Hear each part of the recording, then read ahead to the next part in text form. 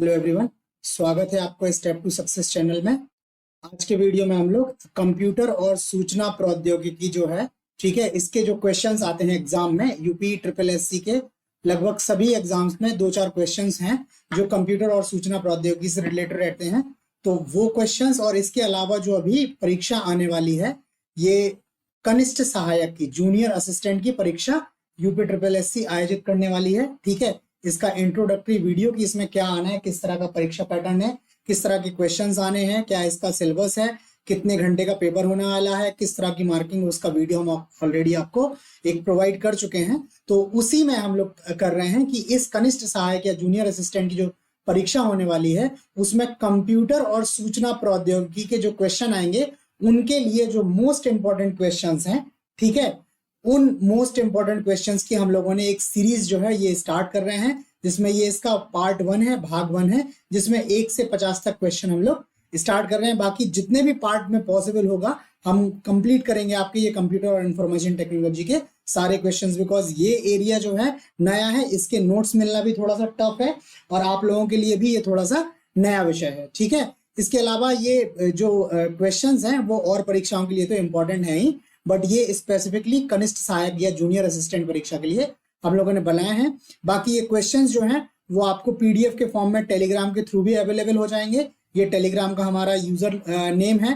बाकी video description में Telegram का हमारा लिंक होगा ग्रुप का, वहां से आप ग्रुप ज्वाइन कर लीजिए और वहां से ये पीडीएफ आप ले सकते हैं। इसके अलावा इसी जो जूनियर असिस्टेंट की परीक्षा है, इसके लिए 500 अति महत्वपूर्ण सामान्य अध्ययन के क्वेश्चंस के वीडियोस भी जो हैं वो 10 पार्ट में 50-50 क्वेश्चंस के 10 पार्ट में जो हैं अवेलेबल हैं। आप लोग वो भी चैनल पे देख लीजिए, उनके भी पीडीएफ्स आपको ये हैं टेलीग्राम के थ्रू मिल जाएंगे।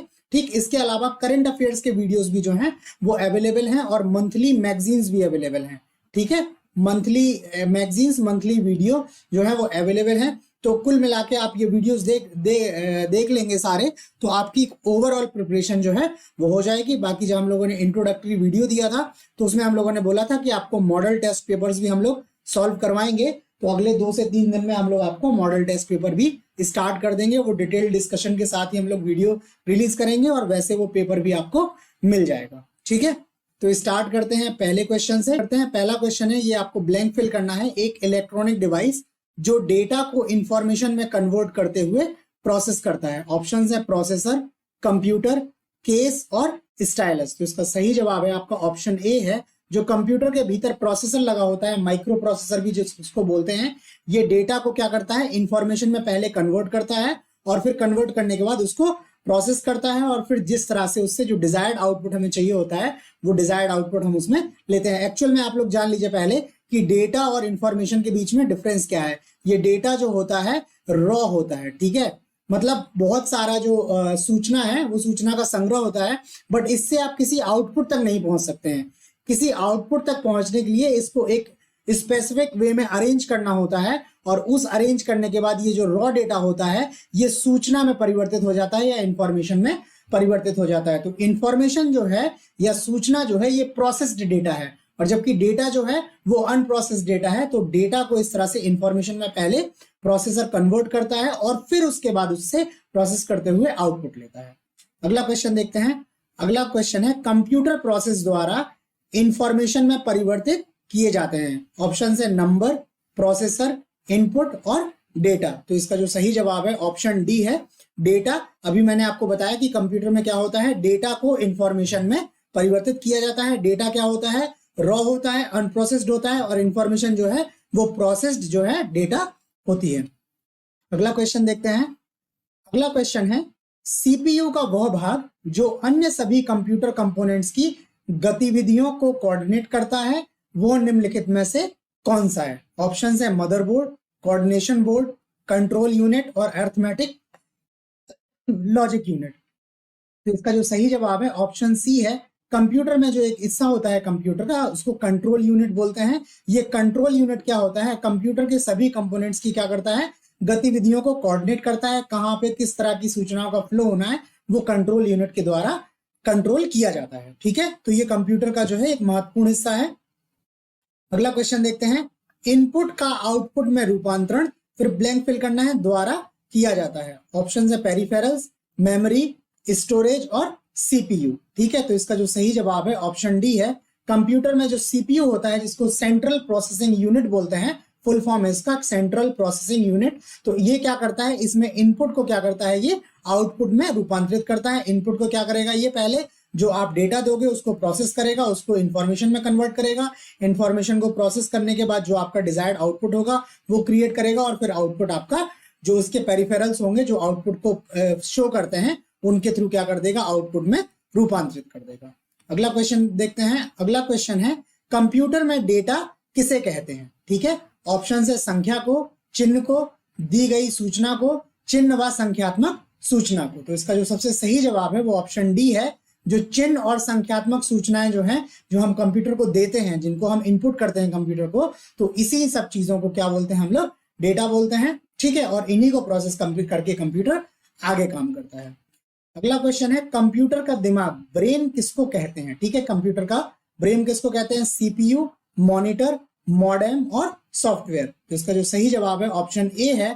कंप्यूटर का जो दिमाग होता है, जो सेंट्रल प्रोसेसिंग यूनिट होता है, उसको ही कंप्यूटर का हम लोग दिमाग कहते हैं। अच्छा, अगले क्वेश्चन पे चलने से पहले मैं आपको बता दूं कि ये जो सारे क्वेश्चंस हम लोग आपसे शेयर कर रहे हैं, ये पहले प्रीवियस एग्जाम्स में पूछे जा चुके हैं। ये सारे क्वेश्चंस जो हैं, जो पूर्व की परीक्षाएं हैं, उन परीक्षाओं में ये प्रश्न आ चुके हैं।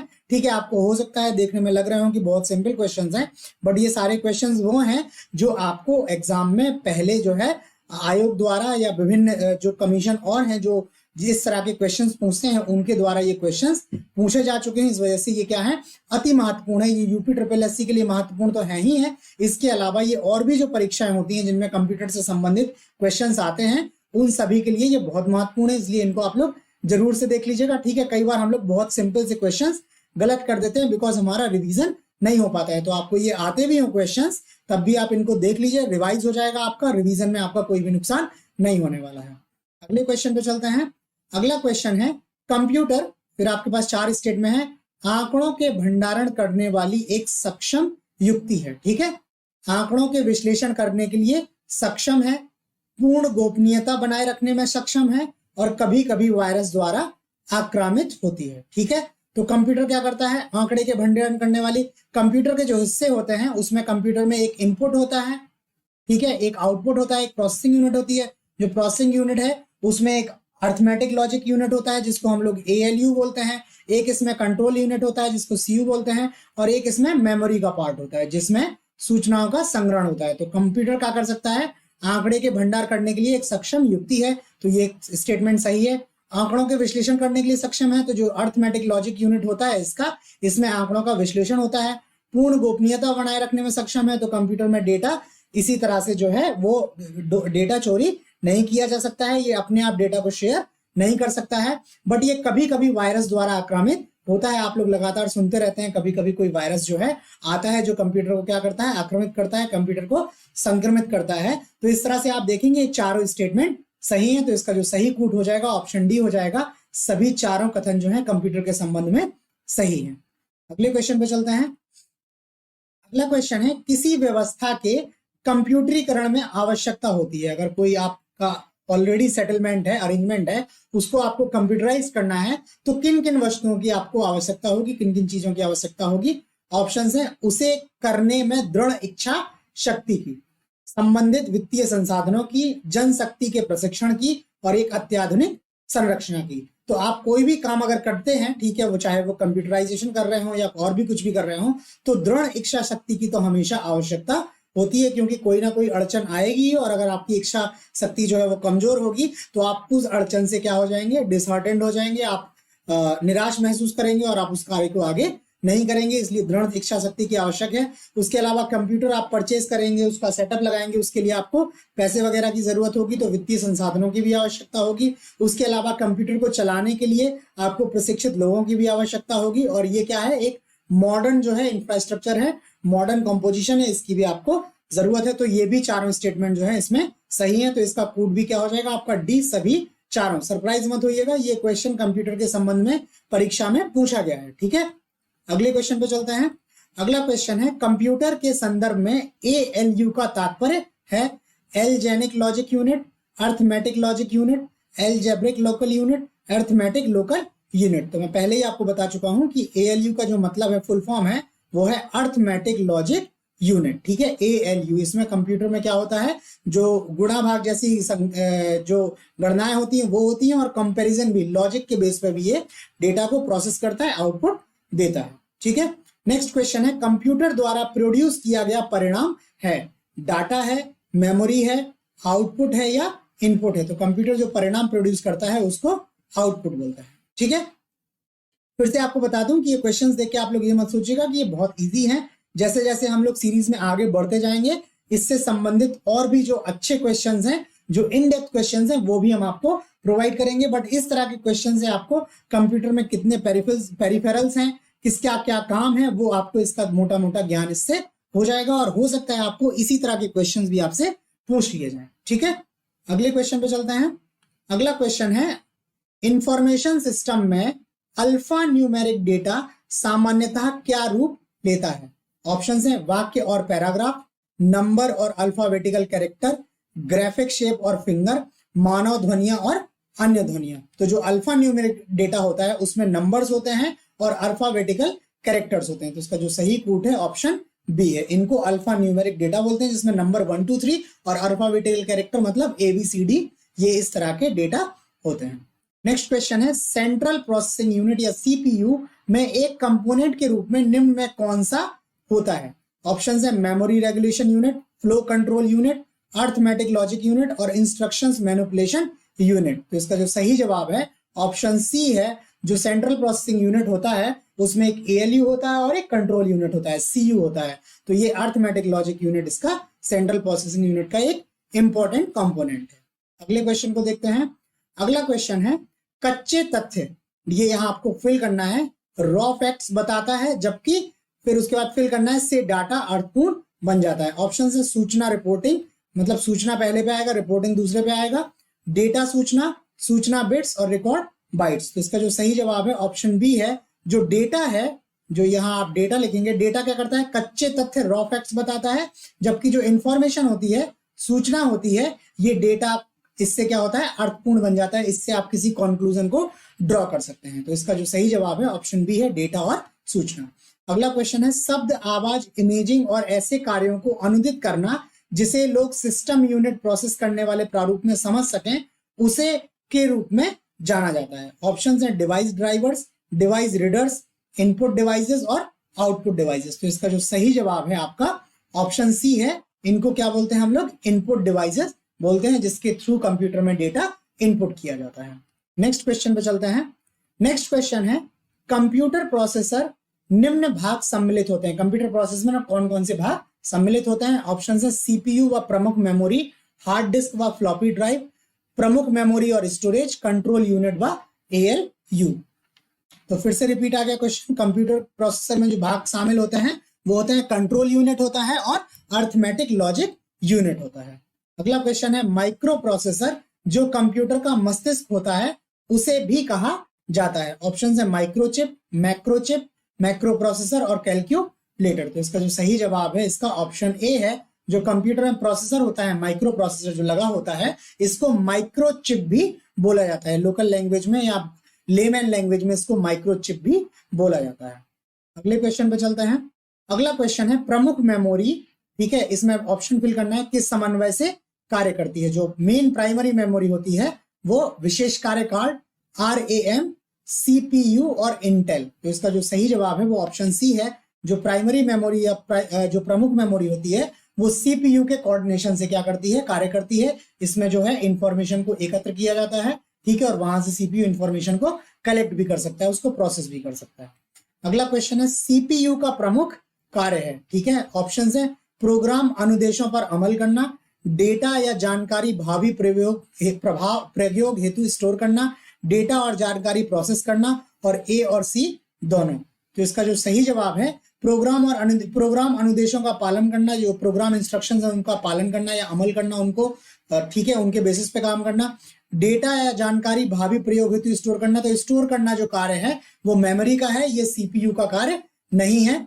डेटा और जानकारी को प्रोसेस करना, तो जो इंफॉर्मेशन होती है उसको प्रोसेस करना CPU का कार्य है। तो इस तरह से आपका जो कूट हो जाएगा वो D हो जाएगा। A और C इसमें दोनों सही हैं, B इसका सही नहीं है। अगला क्वेश्चन देखते हैं। अगला क्वेश्चन है, जब कंप्यूटर इनपुट और आउटपुट की बात होती है तब इनपुट का संदर्भ है। इनपुट क्या होता है? कोई भी डेटा प्रोसेसिंग जो नए डेटा इनपुट से कंप्यूटर में होता है, डेटा या जानकारी जिसे कंप्यूटर में एंटर या प्रवेशित किया गया है, डेटा का प्रेषण जिसे कंप्यूटर में इनपुट किया गया हो, और उपर्युक्त बी और सी दोनों। तो इसका जो सही जवाब है वो ऑप्शन डी है, क्योंकि डेटा या जानकारी जिसे आप कंप्यूटर में एंटर या प्रवेशित करते हैं इसको भी इनपुट बोलते हैं। डेटा का प्रेषण जिसे कंप्यूटर में इनपुट किया जाएगा तब भी इसको क्या बोलते हैं? इनपुट बोलते हैं। ठीक है, तो इसका जो ऑप्शन सही है वो ऑप्शन डी है। नेक्स्ट क्वेश्चन पे चलते हैं। नेक्स्ट क्वेश्चन है, सभी तार्किक या लॉजिकल एवं गणितीय जो परिकलन है जो कंप्यूटर द्वारा किए गए हों कंप्यूटर पर या में होते रहते हैं। ऑप्शन है प्रणाली बोर्ड, केंद्रीय नियंत्रण बोर्ड, सेंट्रल प्रोसेसिंग यूनिट और मदर बोर्ड। तो इसका जो सही जवाब है ऑप्शन सी है। ये जो सारी तार्किक और गणितीय परिकल्पनाएं हैं ये सेंट्रल प्रोसेसिंग यूनिट में होती हैं, और सीपीयू में भी कहां होती है? एएलयू में, जो अर्थमेटिक लॉजिक यूनिट है उसमें ये गणनाएं होती हैं। नेक्स्ट क्वेश्चन है, इनपुट आउटपुट और प्रोसेसिंग डिवाइसों का समूह है। मोबाइल डिवाइस का निरूपण करता है information processing cycle, circuit board और कंप्यूटर सिस्टम। तो इसका जो सही जवाब है ऑप्शन डी है। इनपुट आउटपुट और प्रोसेसिंग डिवाइसेस से मिलकर क्या बनता है? कंप्यूटर सिस्टम बनता है। ठीक है, कुछ डिवाइस होते हैं जो कंप्यूटर में इनपुट देने के लिए काम किए जाते हैं, जैसे कीबोर्ड आप देखेंगे तो कीबोर्ड से क्या होता है? कंप्यूटर में इनपुट दिया जाता है। ठीक है, आउटपुट डिवाइस कुछ हो सकते हैं, जैसे प्रिंटर है तो आप कोई, अगर आपने कोई इनपुट दिया है वो प्रोसेस हो गया है, उसका कोई प्रिंट बन के आता है तो वो आउटपुट आपको किससे मिलेगा? प्रिंटर से मिलेगा। और प्रोसेसिंग डिवाइस जो आपका सीपीयू है वो प्रोसेसिंग डिवाइस है। ठीक है, और भी इसी तरह के प्रोसेसिंग डिवाइसेस होते हैं, तो ये सब मिलके क्या करते हैं? कंप्यूटर सिस्टम का निर्माण करते हैं। अगले क्वेश्चन पे चलते हैं।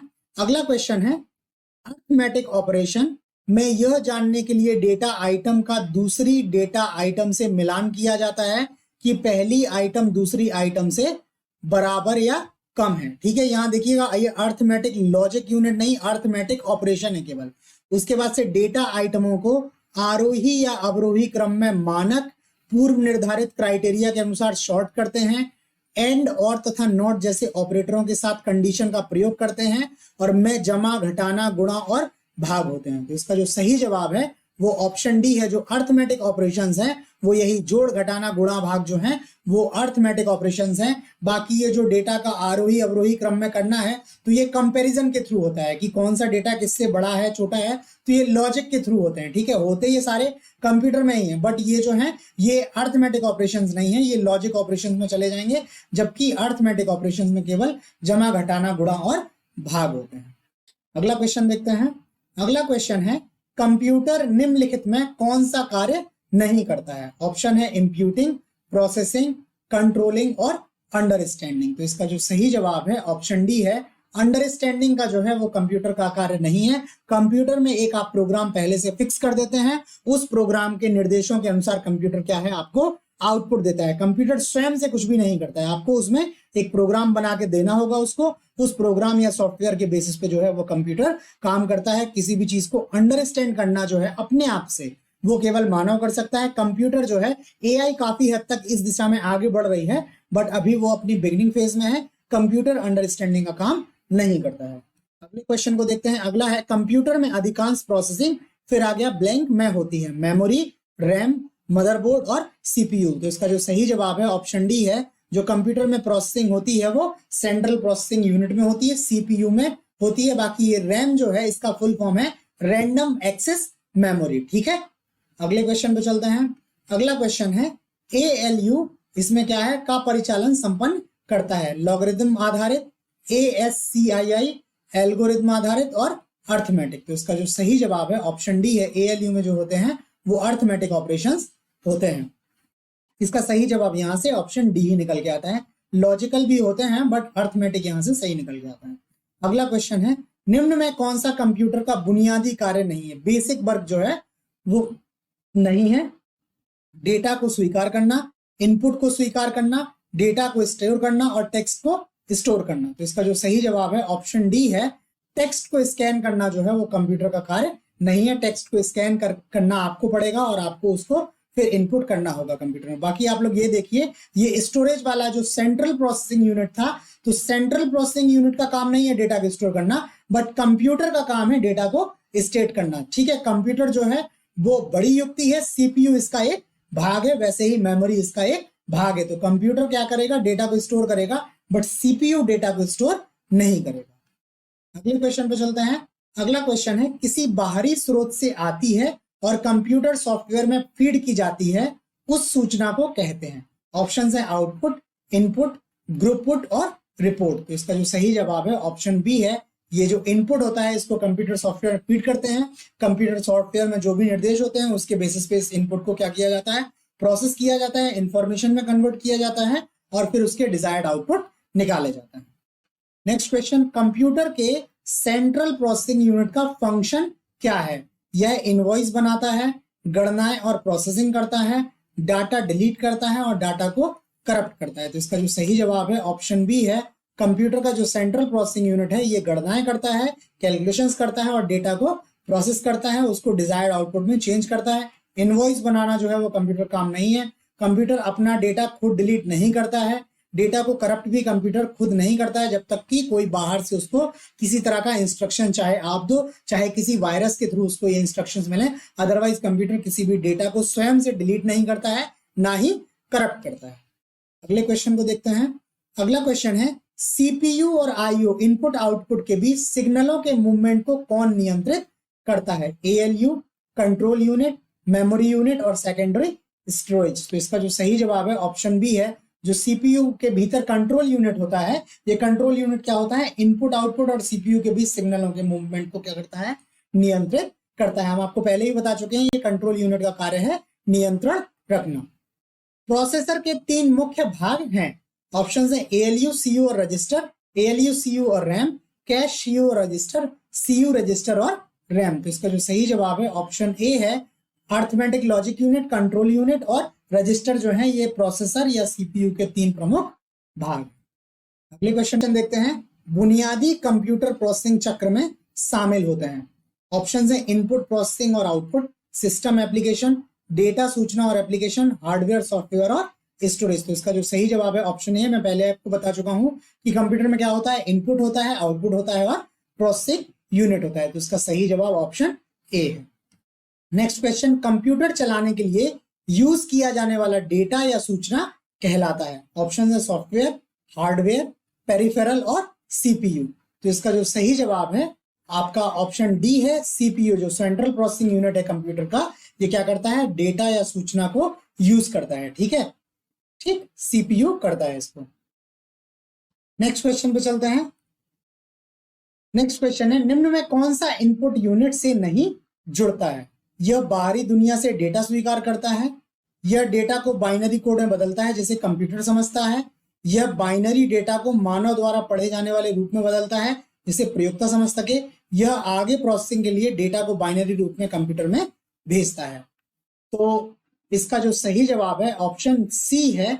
ये जो कंप्यूटर क्या है, इनपुट यूनिट क्या करता है, बाहरी दुनिया से डेटा स्वीकार करता है, इस डेटा को ये बाइनरी कोड में, ये जो कंप्यूटर है ये बाइनरी लैंग्वेज को समझता है तो इसको बाइनरी कोड में समझता है जिसके केवल दो होते हैं, 0 और 1। ये दो मिलके क्या बनाते हैं, बाइनरी बनाते हैं। ठीक है, तो इसमें बदलता है जिसको कंप्यूटर समझ सकता है और ये प्रोसेसिंग के लिए डेटा को बाइनरी रूप में कंप्यूटर में भेजता है। जबकि बाइनरी डेटा को मानव द्वारा पढ़े जाने वाले रूप में क्या करता है, जो आउटपुट यूनिट होता है वो बदलता है। ठीक है, तो ये ऑप्शन सी जो है ये आउटपुट यूनिट से संबंधित है, बाकी ये तीन जो है वो इनपुट यूनिट से संबंधित है। तो इसका जो सही जवाब हो जाएगा आपका ऑप्शन सी हो जाएगा। अगला क्वेश्चन देखते हैं। अगला क्वेश्चन है, एक हार्डवेयर डिवाइस जो डेटा को अर्थपूर्ण इंफॉर्मेशन में परिवर्तित करता है। ऑप्शंस है प्रोटेक्टर, आउटपुट डिवाइस, प्रोग्राम या प्रोसेसर। तो इसका जो सही जवाब है ऑप्शन डी है।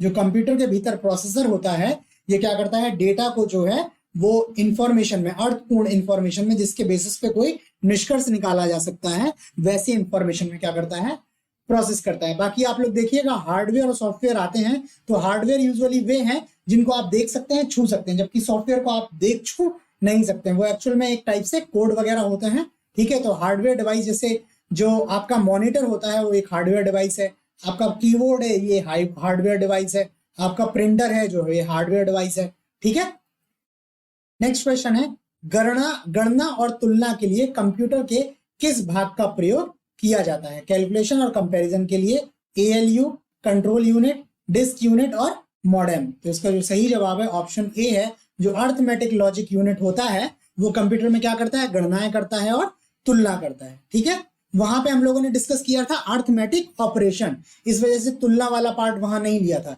यहाँ पे गणना और तुलना की बात हो रही है क्योंकि यहाँ पे लिखा है ALU arithmetic logic unit. Next question देखते हैं। नेक्स्ट क्वेश्चन है CPU के ALU में होते हैं RAM space, register, byte space और सेकेंडरी स्टोरेज स्पेस। तो इसका जो सही जवाब है ऑप्शन बी है। जो अर्थमेटिक लॉजिक यूनिट होता है उसके भीतर क्या होते हैं, रजिस्टर होते हैं जो समहाउ मेमोरी का ही काम करते हैं ALU के लिए। अगला क्वेश्चन, डिवाइस मनुष्य द्वारा समझे माने डेटा और प्रोग्रामों को ऐसे रूप में बदल देती है जिसे कंप्यूटर प्रोसेस कर सकते हैं, वैसे डिवाइसेस को क्या बोलते हैं? Printing device, output device, monitor और इनपुट डिवाइस। तो इसका जो सही जवाब है ऑप्शन डी है। इनपुट डिवाइस वैसे डिवाइसेस हैं जो मानव द्वारा जो डेटा और प्रोग्राम जो है इसको उस तरह से चेंज कर देते हैं जिससे क्या है, कंप्यूटर इनको प्रोसेस कर सके, समझ सके और प्रोसेस कर सके। अगला क्वेश्चन है अर्थमेटिक एंड लॉजिक यूनिट, ये क्या क्या करता है? गणितीय संक्रियाएं पूरी करता है, डेटा संग्रह करता है, तुलनाएं करता है, निवेश युक्तियों के साथ संप्रेषण करता है। ठीक है, तो डेटा गणितीय संक्रियाएं पूरा करता है, ये तो अर्थमेटिक ऑपरेशंस पूरा करता है, इक्वेशन सॉल्व करता है, ये तो ठीक है। डेटा संग्रह करता है तो डेटा संग्रह यह नहीं करता है, डेटा संग्रह का काम किसका है? मेमोरी का है। तुलनाएं करता है, कंपैरिजन करता है लॉजिक के थ्रू, ये ठीक है। निवेश युक्तियों के साथ संप्रेषण करता है, ये गलत है, ये किसी तरह से कम्युनिकेशन नहीं करता है। ठीक है, तो इसका जो सही जवाब है वो ऑप्शन ए और वो 1 और 3 है, तो इसका जो कूट है वो डी ठीक हो जाएगा, डी में 1 और 3 दिया हुआ है। अगले क्वेश्चन को देखते हैं।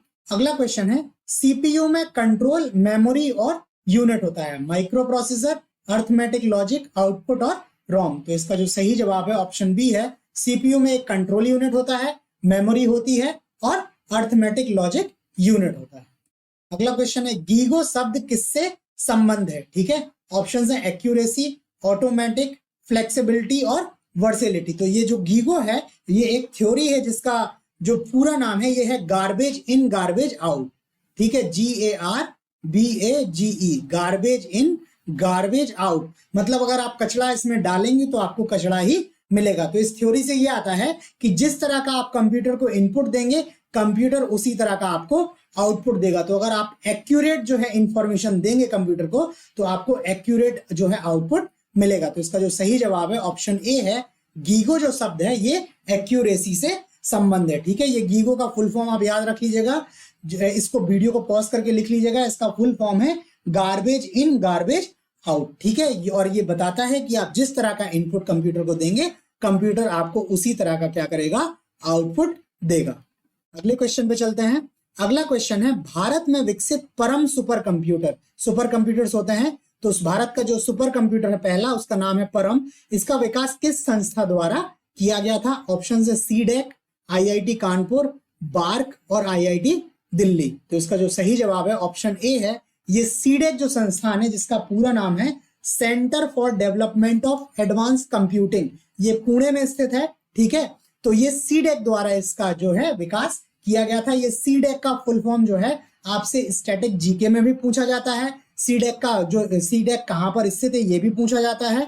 ठीक है, और ये परम सुपर कंप्यूटर जो है वो सीडेक ने विकसित किया हुआ है और ये जो कंप्यूटर विकसित किया था ये सीडेक ने 1991 में विकसित किया था। ये भारत का पहला सुपर कंप्यूटर है। ठीक है, बाकी एक क्वेश्चन और पूछा जाता है आपसे कि वर्तमान में जो है वो विश्व का सबसे तेज सुपर कंप्यूटर कौन सा है और भारत का सबसे तेज सुपर कंप्यूटर कौन सा है, और भारत का जो तेज सबसे सुपर कंप्यूटर में है वो विश्व में किस स्थान पर आता है। इस तरह के क्वेश्चंस भी आपसे कंप्यूटर में पूछे जाते हैं। ये आगे के वीडियोस में हम लोग इन सब का डिटेल आपको देंगे। ठीक है, इसमें हम आपको बताएंगे कि विश्व में सबसे तेज कंप्यूटर कौन सा है, विश्व के 5 सबसे तेज कंप्यूटर कौन से हैं, इस तरह से हम आपको इंफॉर्मेशन आगे देंगे।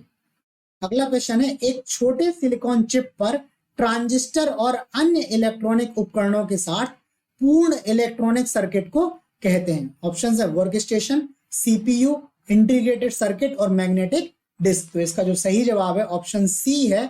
इसको क्या बोलते हैं, एक अगर किसी उस पर उपकरण पर यूजुअली आप लोगों ने देखा होगा एक ट्रे टाइप का होता है, उस पर बहुत सारे ट्रांजिस्टर्स लगे होते हैं, चिप्स लगे होते हैं। ठीक है, इन सब चीजों से क्या होता है, इंटीग्रेटेड सर्किट जो है वो बनता है, एकीकृत सर्किट बनता है।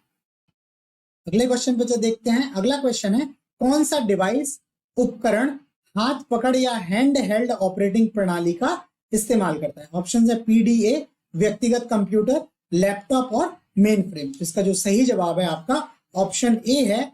ऐसे डिवाइसेस को क्या बोलते हैं? PDA, personal digital assistant.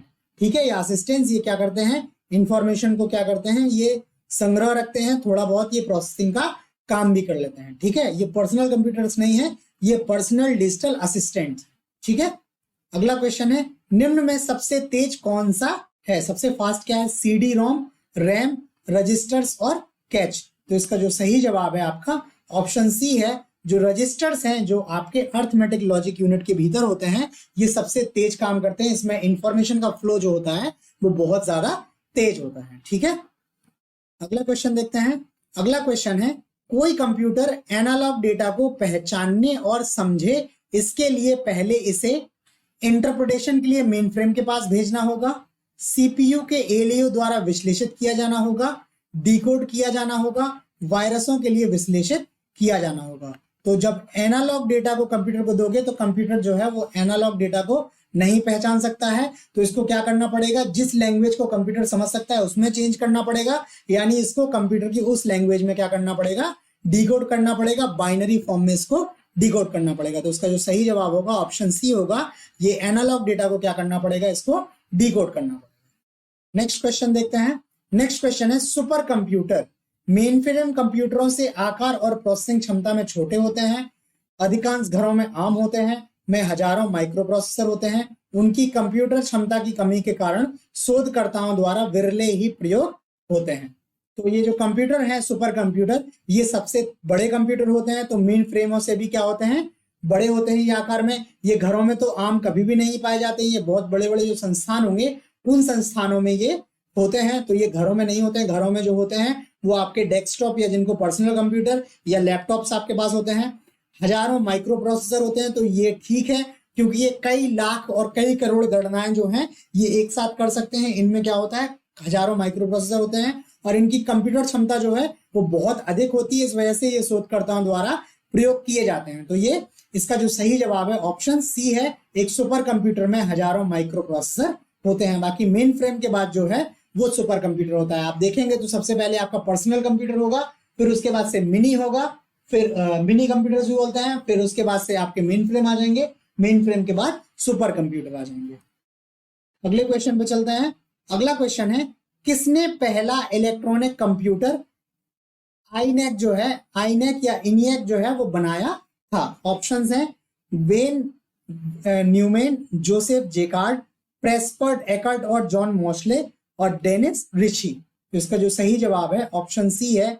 ये प्रेस्पर एकर्ट और जॉन मॉशले जो हैं इन्होंने जो है पहला पूर्ण इलेक्ट्रॉनिक कंप्यूटर एनियक बनाया था। ये 1946 में जो है वो बना था। 1946 में विश्व युद्ध के दौरान बना था और इसका जो नाम है वो है इलेक्ट्रॉनिक न्यूमेरिकल इंटीग्रेटेड कंप्यूटर। आइए आप इसका फुल फॉर्म लिख लीजिएगा। ठीक है, इसका फुल फॉर्म है इलेक्ट्रॉनिक न्यूमेरिकल इंटीग्रेटेड कंप्यूटर। ये 1946 में बना था और ये प्रथम पूर्णतः क्या है? इलेक्ट्रॉनिक कंप्यूटर है। ठीक है, नेक्स्ट क्वेश्चन है इनमें से कौन सी कंप्यूटर की पहली पीढ़ी है? ऑप्शंस है एनियक, IBM 1401, ASCII और इनमें से कोई नहीं। तो इसका जो सही जवाब है ये एनियक ही है या एनियक है।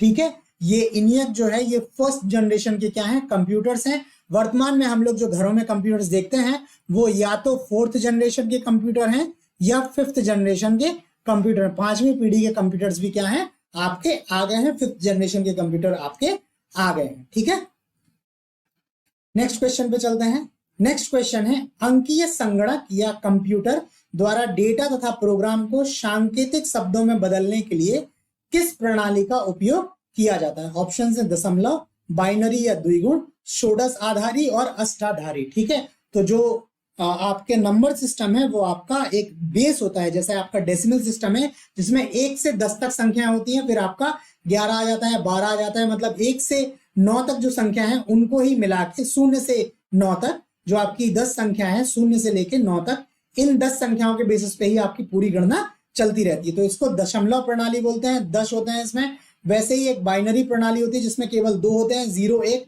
उसके बाद कोई दूसरा जो नया वो है डिजिट नहीं होता है। वैसे ही सोडस है तो इसमें 1 से 16 तक होते हैं, उसके बाद फिर दोबारा से स्टार्ट होता है।